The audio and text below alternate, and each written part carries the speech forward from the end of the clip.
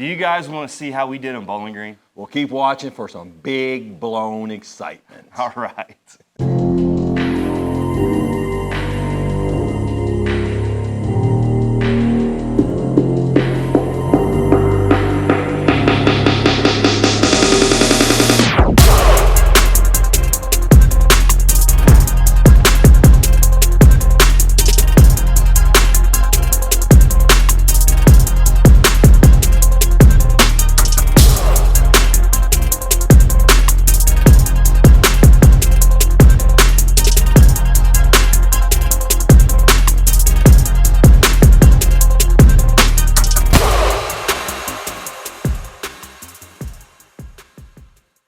Hey Chris, what cereal pays its own bills? What cereal pays its own bills? I don't know. Checks. Oh, God. Well, you know when you have an airplane and you have a place where all the pilots are, what's that called? Cockpit? Cockpit. What happens if it's all female pilots? You know what you call it? A box office. All right, so this is the biggest race for us every year. It's the Bowling Green Hot Rod Reunion, which was renamed this year to the Wally Parks Nostalgia Nationals. Is that what it was? Yes, and it's a tribute to Wally Parks, who is one of the big guys and promoters of NHRA back in the day. Hell yeah. So we got down there early Monday, or afternoon Monday. Monday. We waited till about 10 the next day before they let us move once, and then we got moved again. 2 hours later. 2 hours later to our pit spot, and we got everything set up. Yeah.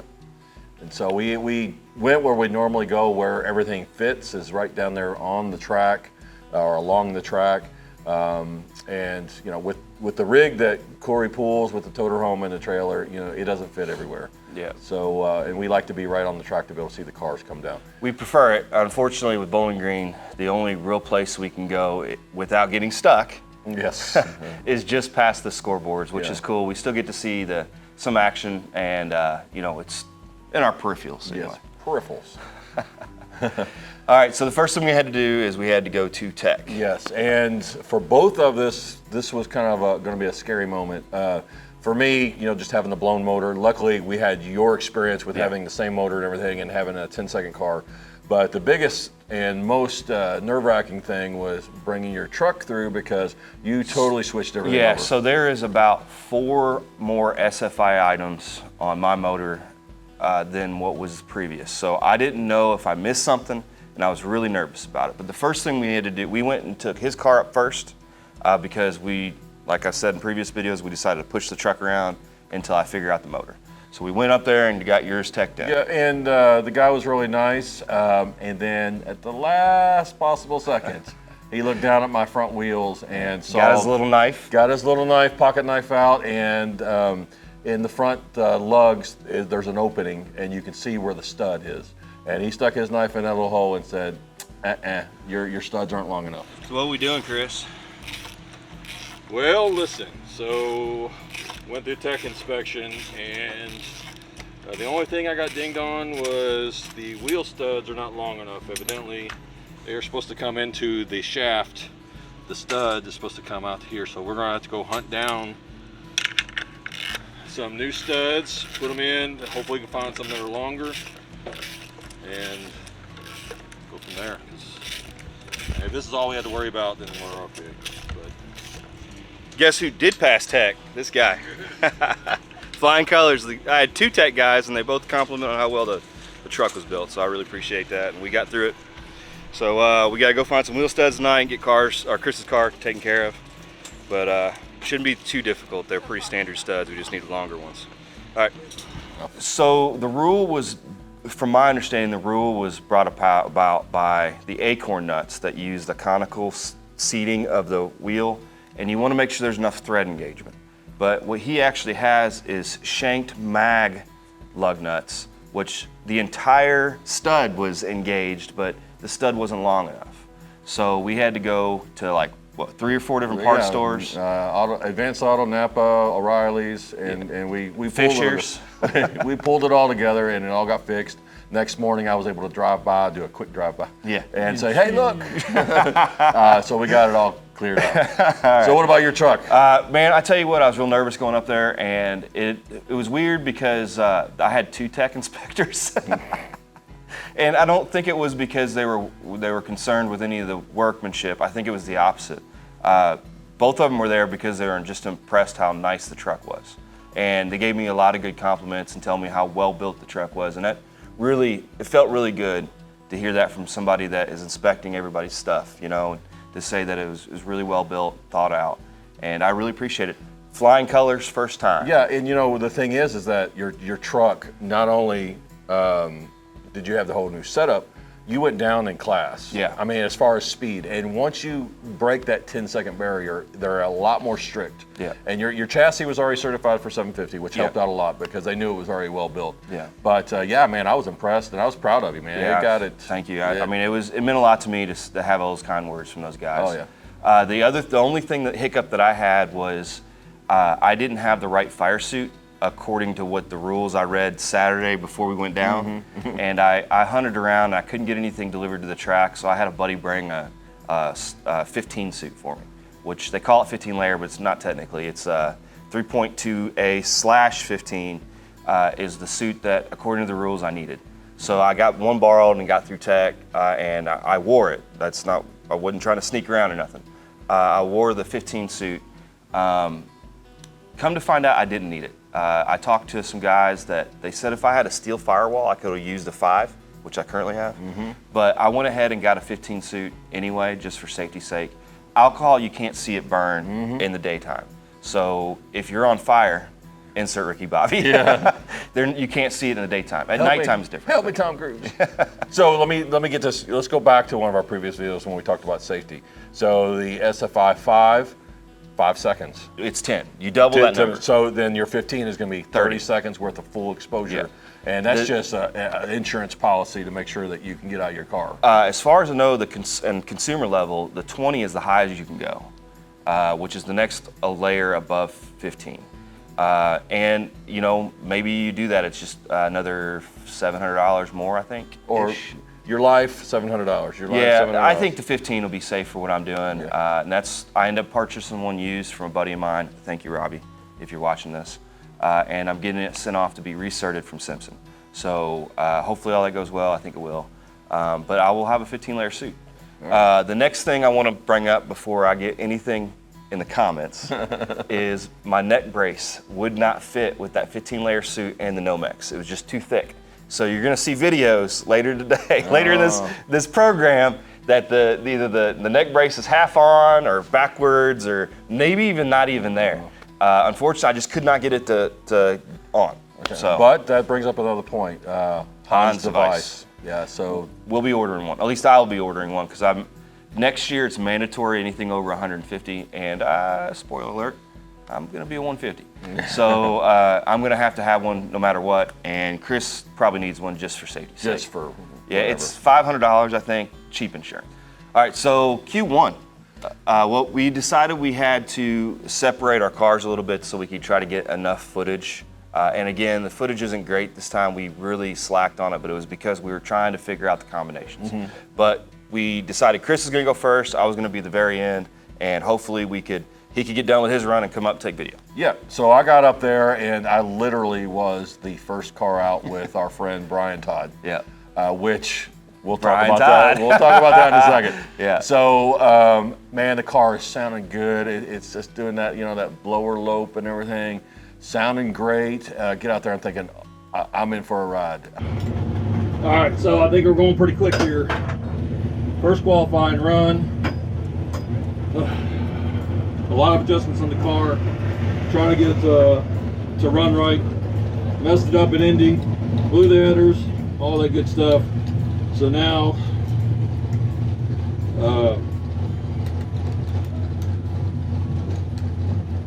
we got a lot of guesswork to do.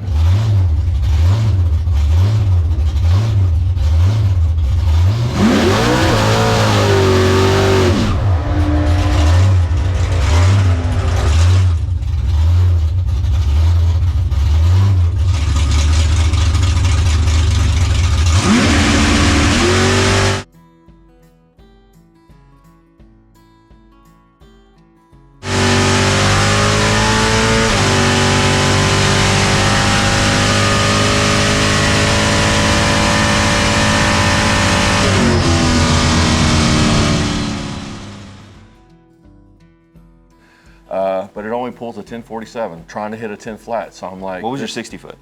my 60 foot in that was a 148. 148. So it's it's real slow 60 foot. faster than it was last year, of course, but it's kind of slow for what a blower car and for what it should be doing. By the time I got back to the pits, it already felt like it was wanting to die, and it was just running like crap. So You ran out there and told me that. yeah, it's going to be one of those things like something is still wrong with this car. Yep. All right, so he gets back up to the lanes. We decide to I was gonna get my fire suit on and get in the line. I didn't know what to expect, brand new combination. I knew it was a lot more horsepower. I didn't know, so we kind of didn't take bets on it, but we thought, well, one of three things is gonna happen. I'm either gonna spin the tires, I'm gonna break the motor on the line, or I'm gonna blow the motor half track. After talking with Bubba for quite a while, he wanted me to do a 330 pass, which just means I'm gonna go 330 foot, shut it down and coast so I could check plugs and make sure the motor was okay. All right, first round of qualifications. We're only gonna do like a 330 or a 60-60 hit just to get some data. Looking forward to it. It's gonna be exciting, it's gonna be scary, but it's time to ride that horse again.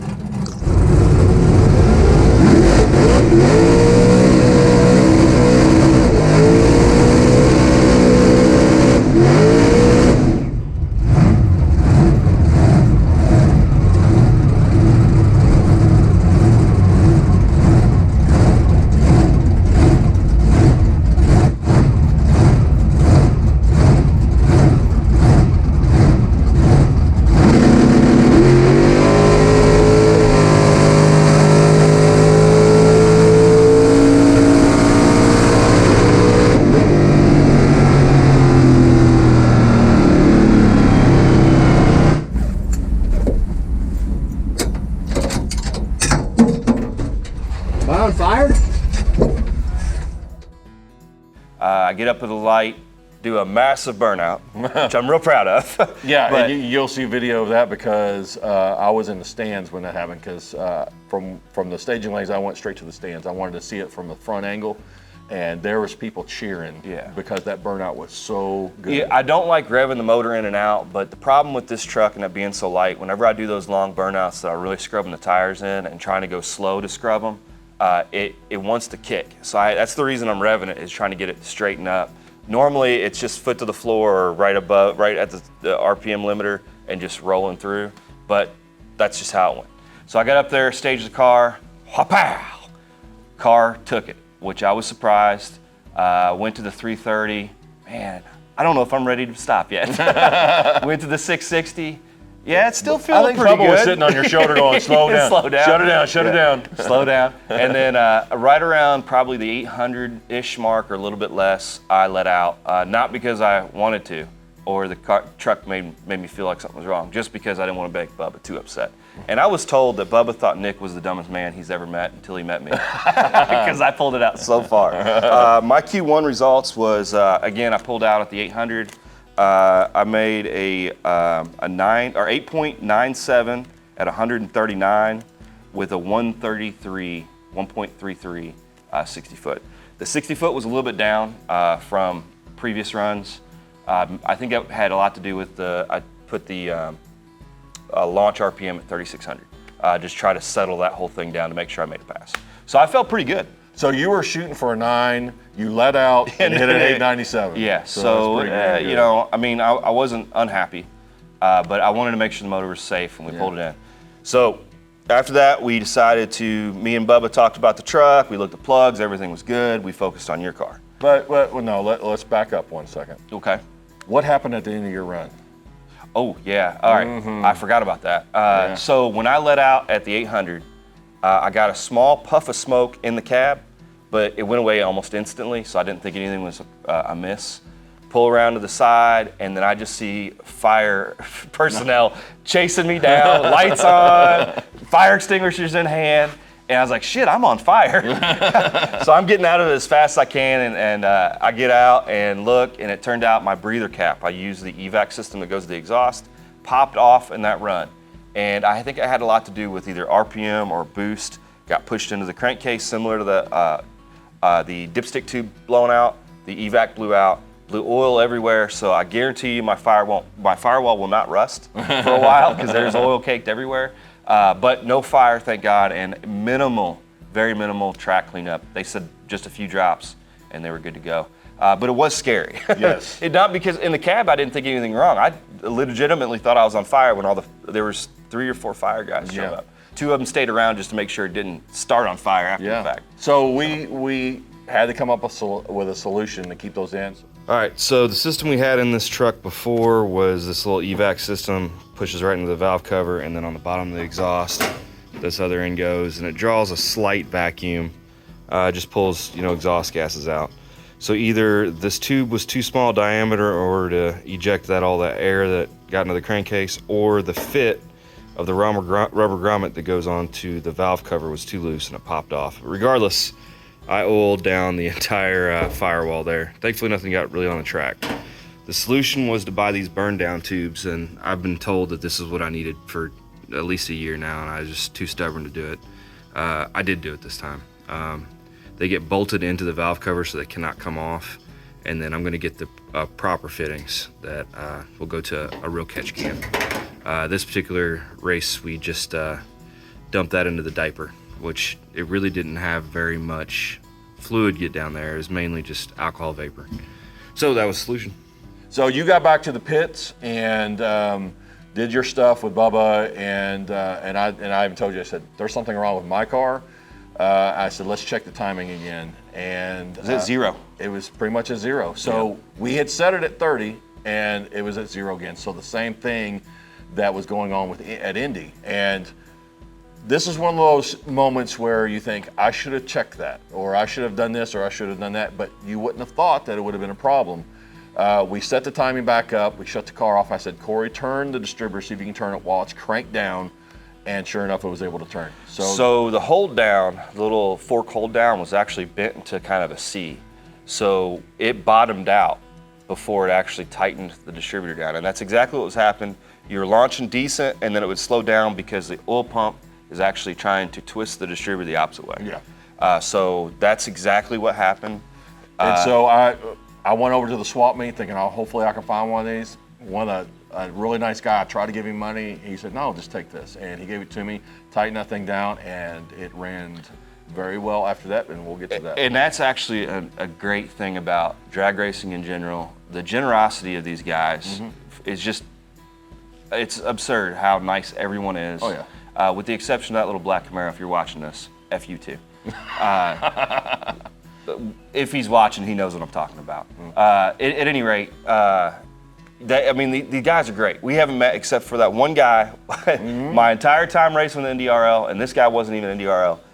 It has been fantastic. Generosity out the ass. Oh yeah. So definitely. there's really great people. Got it set. Got it set. And you're like, well, there's not enough time to make another run. Yeah, I didn't think we were gonna have enough time because I was also, was I even changing jets at that point? No. Okay, no jets. But so we were fixing it, and I even sat down and was like, no, I'm done. You came to the pitch, like, why don't you go? You still got time. And so I jumped in, went down, ran the last car in my class, and ended up. Not even the last. You were putting everything on at the stage line to go to the water box. Yeah. And I was telling the starter, I was like, man, I'm sorry. He goes, don't worry about it. Yeah. Take your time. Yeah. No big deal. He was really nice, and he's like, you okay? You got it? You ready to go? And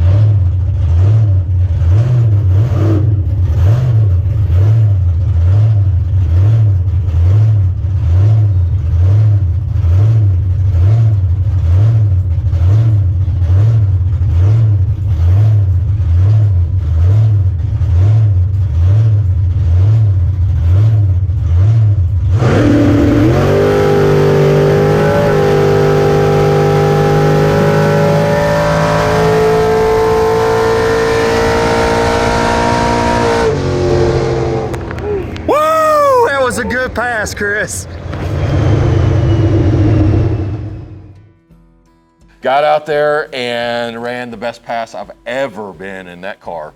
And it was a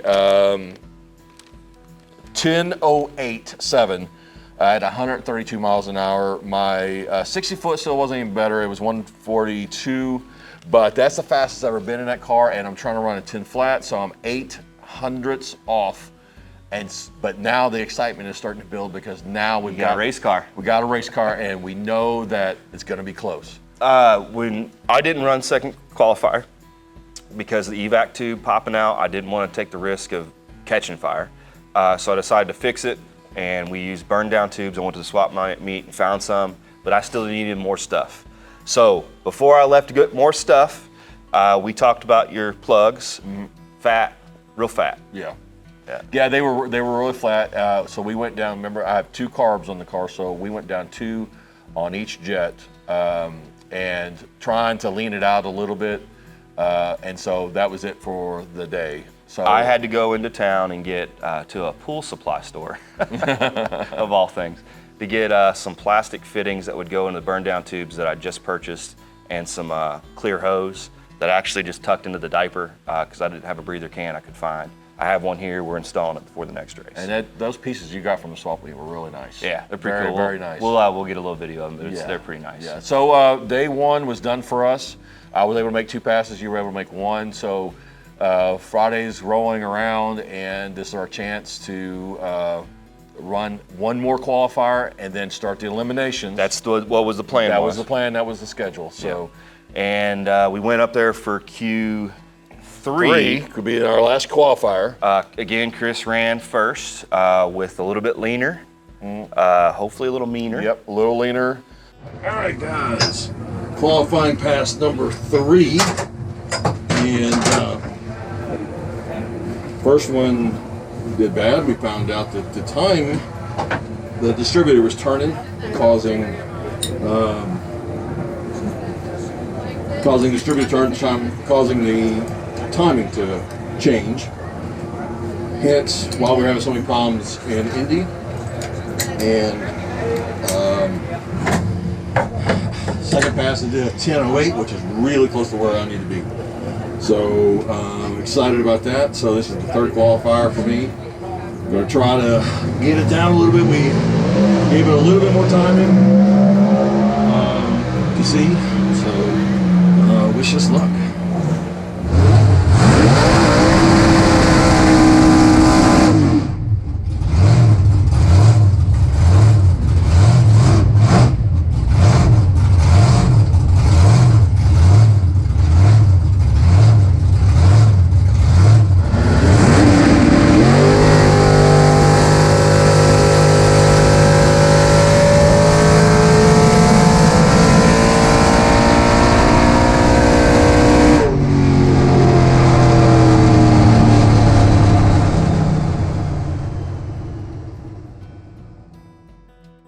Got up there and did a 10.10 and with a 141 on the 60 foot. So the leaning it out didn't seem to help.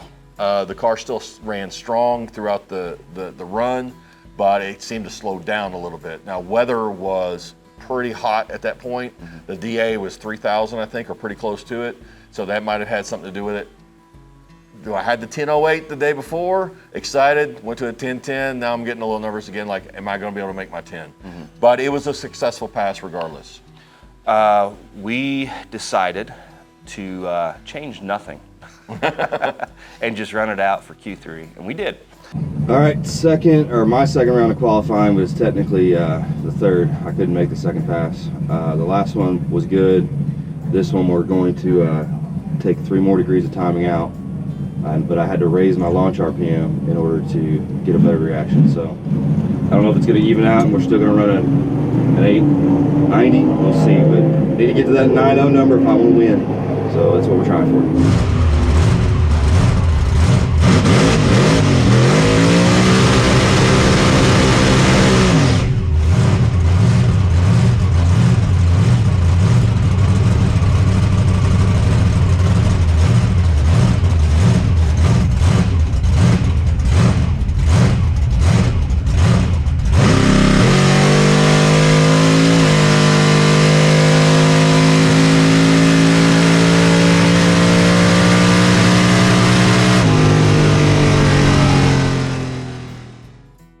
Q3 for us, I ran a single and I ran at 8.91 at 148, which again, I slowed down. So we thought, well, the numbers are pretty close about slowing down, but you know, we just don't know. Yeah. I know the motor really liked it, was pretty well, I don't want to say really liked it. It was really fat. My motor is really fat. You could take the plugs out, repackage them and return those plugs because you didn't even know they even ran in a motor. It was so fat with alcohol. That's how alcohol runs fat. So we knew we were on a real safe tune-up, but we still had to slow it down. What'd we do for the next Q4? So I went down another 2 jets. So I've changed the jets twice the whole weekend. So I decided the plugs, I had put a new plug in, pulled it out, looked just like the ones before, went down another 2. So we get another run. They decide, hey, we're gonna run 2 qualifiers today instead of just 1. But ProGas is gonna still do their round of eliminations later in the evening. So thankfully we got 4 chances at qualifying. I mean, you had 3 because you missed the one the day before. All right, qualifier number 4. Man, had a hard time getting hot and slowed down a little bit on our 3rd pass. Changed the shift point. I think it may have actually bumped in the 2nd gear right off the launch. I think it hit that point. And so I raised the point of shift up a little bit. So we shall see. I just need to get a whole 10th off or 800ths off to get to 10. It's going to be a tough one, man, but we're going to try.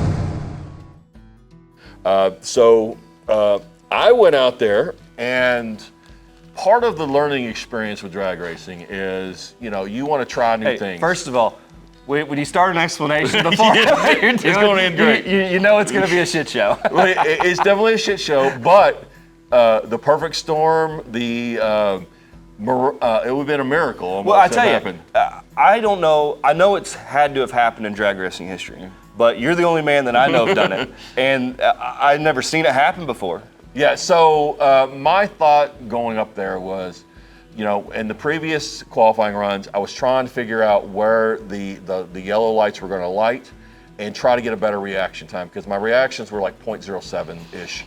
So unfortunately, it didn't work because I rolled in first on the 2nd bulb. So I thought I'm going to try to beat the effing light. So I let go. He did beat the light. I let go, and of course, you know, I red lit.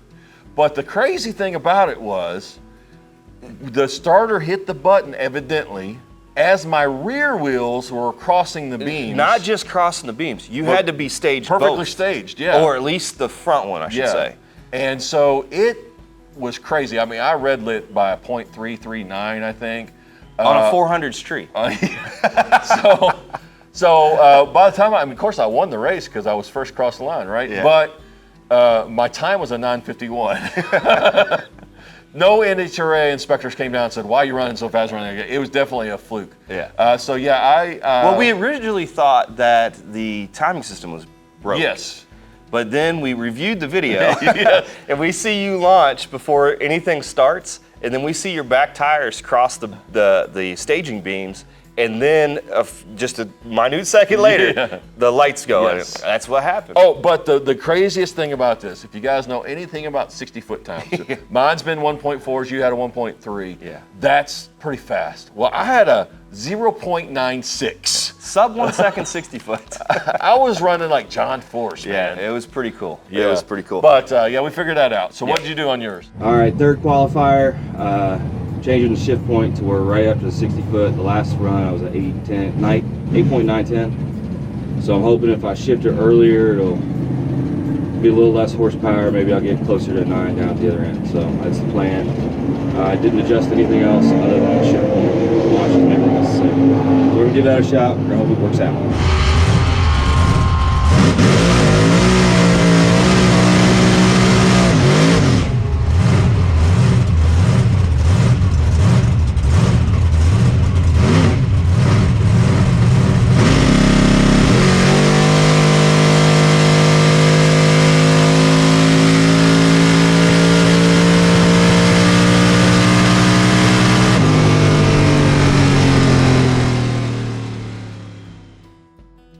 Q4, the only thing we changed is we took a little bit more timing out, 5 more degrees, and I changed my shift point down from 6,600 to 6,100, which turned out to be, in the graph, it should be right at the 60 foot, which it turned out almost right off the hit is what happened.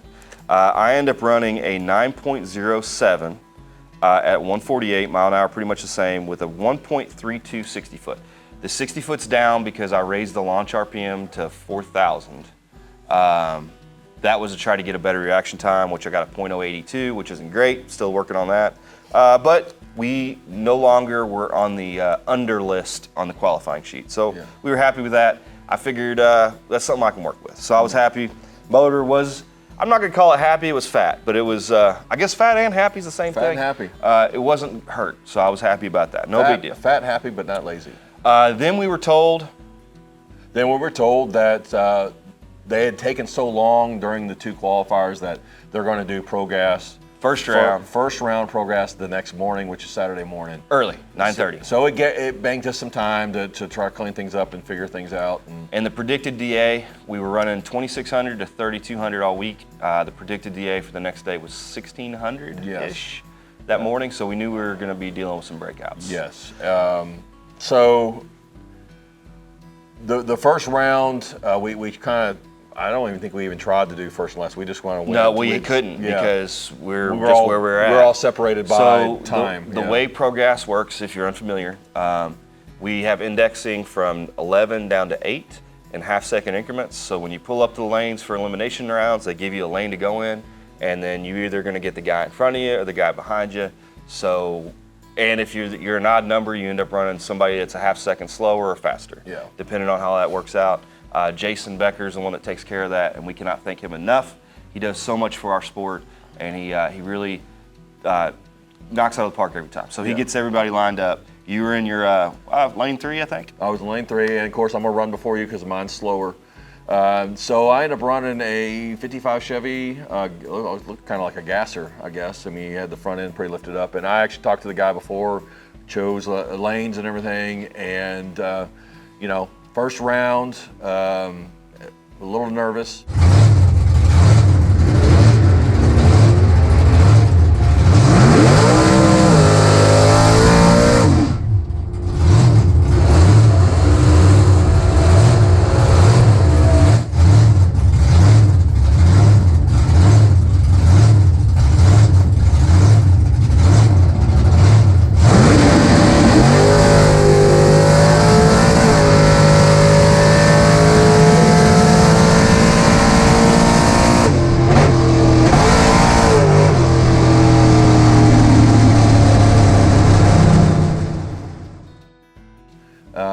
And, you know, if you listen to the announcer, man, I got the whole shot. I was out there, and I was in front of him the whole time. You know, I gapped him. No, I'm just joking. No, he was coming up on me. Death by gaptism. I saw him coming up on me, but I was far enough in. I actually let out of it, but when I let out, and this is inexperience, I let out. I thought he passed me, and I didn't pay attention to the wind lights or anything like that. I thought he may have possibly gotten me because I let out. I mean, I let out just all the way. I didn't blip it or anything. But good news is I won my first round legitimately, folks. Legitimately. No mess ups, no flubs, legitimately. However, we both broke out, and I hit a 997, and that's with letting out. So I do want to say the only change that we made for the car at that point was I raised the shift point from 6,200 to 6,600. That may have helped, and then plus the weather change may have helped. But I broke out at 997. I was doing 122 across the trap, so I did let out, but I won my first round. Woo! Fantastic, Chris. I wasn't so lucky. I went up there to a guy. So we originally thought it was going to be the guy I was running was going to be in front of me, but Mike Ryan was first in line, and we decided, and I look up and Mike Ryan's gone. I talked to him a little later. He had some shifter issues, so he had to go to the back of the line. No big deal, I ran the guy behind me.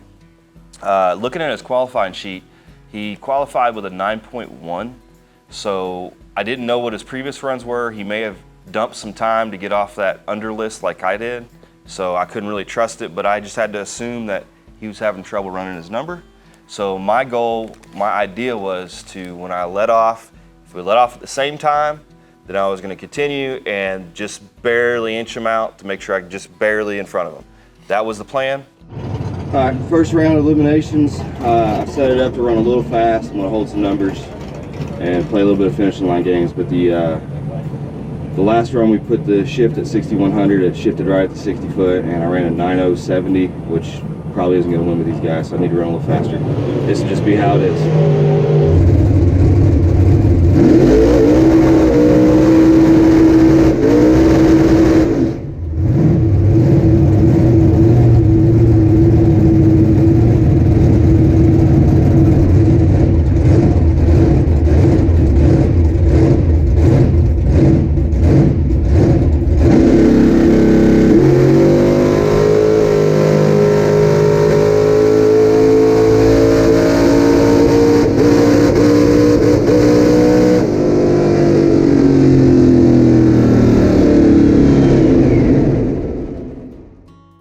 Took off, it didn't feel like a fast run at all. It felt kind of blubbery. 8th mile, it kind of had a little blubber, and I get up to the line, I start and just kept my front tire in front of his front tire just by a little bit. I end up losing on double breakout by 0.007 was how far my front tire was in front of his front tire. So I did really good wheel racing. The problem is my reaction time was 0.0898, which is ridiculous low. You can't win with that number. His was a 0.062, so it didn't matter if I wheel raced him. The only way I could have won that round was dump it and let him break out harder than I broke out. But the issue with that is it didn't feel fast enough to need to dump it. Yeah. But I end up running a 8.89, which is a best ET for me so far. Yeah. By romping it Yeah. at 145. So I scrubbed 4 mile an hour-ish, you know? That's just inexperience. I'm learning. The motor is the big thing. I don't know what that speed feels like. I didn't feel like it was fast, but it was faster than it was supposed to be. And if I would have known that, I could have dumped it and won. And did you hit 150 at all that week? No. This week? Mm-hmm. So, but you're flirting with it. I mean, that would have been really close had you not let out. Yeah. So we're gonna the mile an hour has a lot to do with horsepower. So actually, everything to do with horsepower. If I decide to lean out the motor some and then work on the time somewhere else, I'm gonna hit 150 because the motor, it's got too much fuel that's killing horsepower. So if I lean it out, definitely gonna hit 150, no problem. But then I'll have to make up that extra speed somewhere else on ET. So maybe I run 850, I'm not sure. Yeah, I was gonna say, so you've hit the 9-second mark for sure. Still learning the truck, still learning the system. I mean, 858. Is that in the future, maybe? It might be. I don't know if I want to lean on it that hard. Bubba, he said that I should try 850. I think he thinks the motor is going to be happier. My only concern with it is with the small tires, I may have a harder time hooking. But if it has enough horsepower on the big end, I can make it up by killing a bunch of power on the short side of things. So I don't know. I've got some things to think about. I really need to do a couple tests and tunes and figure out what the truck wants, what the motor wants. Yeah. Round two. So I won one round and got really nervous for round two, but didn't let it shake me. Went out there and raced a guy in a Mustang who sang the national anthem for the track. He actually had an odd number, so you end up running somebody slower. I ran somebody that ran 11 seconds, so I had a 1 second difference, so he was going to take off 1 second before me. And I know you had warned me, so you gotta just watch your lights, don't watch anything but your lights. All right, round two of eliminations. Broke out the first time. Didn't change a thing. Figure it's a little warmer now. DA's raised up. I should have ran about a 990, and I let out on the last pass. So if I didn't change anything. DA's raised up a little bit, we may be right at our money. I'm going to be running an 11-second car, so it's going to be a little interesting. Going to be a learning experience to hold because they're going to take off before me. So wish me luck.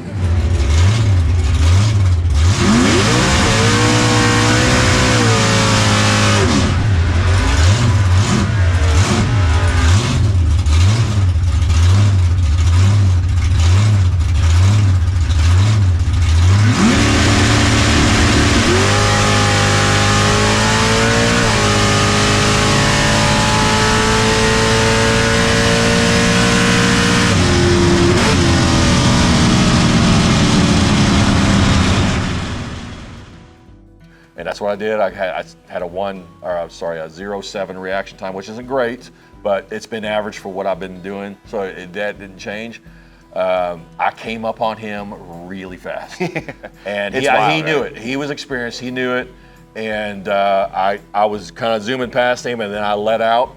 But it was I broke out again. Yeah. So you're inexperienced.